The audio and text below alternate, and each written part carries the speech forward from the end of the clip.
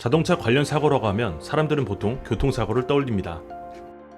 하지만 차량 관련 사고는 차가 도로에서 달릴 때만 발생하는 것은 아닙니다.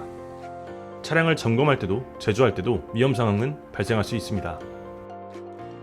이번 시간에는 차량 점검과 제조 과정에서 발생한 사고 사례들을 통해 자동차, 모빌리티 안전관리 중 놓치기 쉬운 위험들을 살펴보겠습니다.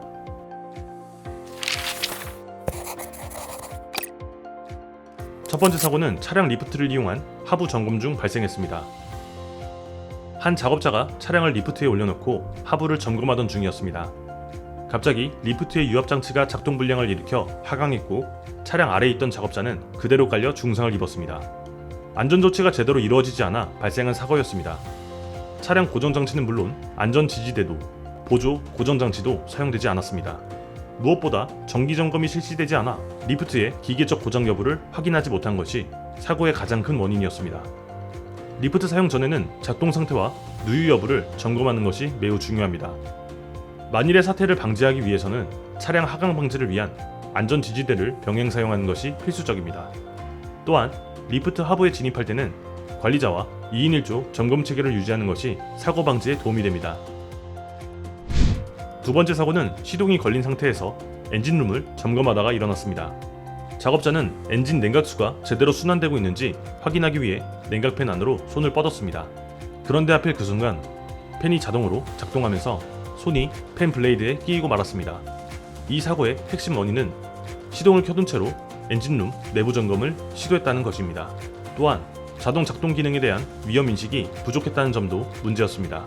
안타깝게도 팬 블레이드 옆에는 작업자에게 위험인식을 줄 수 있는 경고 표시나 방호 커버가 없었습니다. 차량을 점검할 때는 시동을 꺼두어도 괜찮습니다. 부득이하게 시동을 켠 상태로 점검해야 한다면 작동부, 작동 조건을 미리 파악하여 부속이 갑자기 작동되는 상황을 피해야 합니다. 팬 및 회전체 주변에 경고 표시, 가드 및 센서를 설치하는 것도 사고 예방에 도움이 됩니다. 작동 상태 점검 시에는 보호장갑을 착용하고 신체 접근은 제한하는 것이 좋습니다. 세 번째 사고는 자동차 차체를 조립하는 생산 라인에서 벌어졌습니다. 작업자가 로봇이 작동 중인 영역 안으로 들어가려다 움직이던 로봇 지그에 머리를 부딪혀 외상을 입은 것입니다. 작업자가 로봇이 움직이고 있는 위험구역에 무단으로 접근해 발생한 사고였습니다. 하지만 작업자의 부주의가 사고 원인의 전부는 아니었습니다. 로봇의 작업 영역에는 경보장치가 부착되어 있지 않았고 로봇 작동과 연동된 출입 통제장치 역시 미설치 상태였습니다. 이러한 사고를 막기 위해서는 로봇은 작업 영역이 항상 펜스로 완전히 차단되어야 하며 작동 중에는 출입이 통제되어야 합니다. 내부에 들어갈 일이 있을 경우에는 반드시 로봇의 전원을 차단한 후에 출입해야 합니다. 출입구에는 센서나 경관등 등 위험을 감지할 수 있는 장치도 필수로 설치되어야 합니다.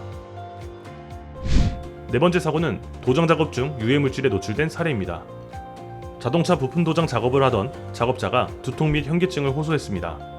작업자는 방독 마스크와 보호장갑 등을 착용하지 않은 상태였습니다. 엎친 데 겹친 격으로 도장 부스 점검 미흡으로 환기 시스템까지 고장나 작업자가 신나와 페인트 같은 유해 화학 물질에 무방비로 노출된 것이 원인이었습니다. 도장 작업을 할 때는 방독 마스크, 보호복, 장갑 등 PPE를 필수적으로 착용해야 합니다. 도장 작업 전후에는 환기 상태를 점검해야 하고 설비 정비를 철저히 하여 환기 시스템의 고장을 막아야 합니다. 또한 유해 화학 물질을 자주 다루는 작업자라면 정기적으로 건강검진을 받고 작업 환경 측정도 병행하여 자신의 몸과 환경을 점검해야 합니다. 이번 시간에는 자동차 모빌리티 관련 사고 사례들에 대해 알아보았습니다. 자동차 제조와 점검은 다양한 기술과 과정을 거치게 되는데요. 그렇기에 상황에 따라 여러 가지 위험 요소를 고려하여 안전관리를 해야 함을 명심해야겠습니다.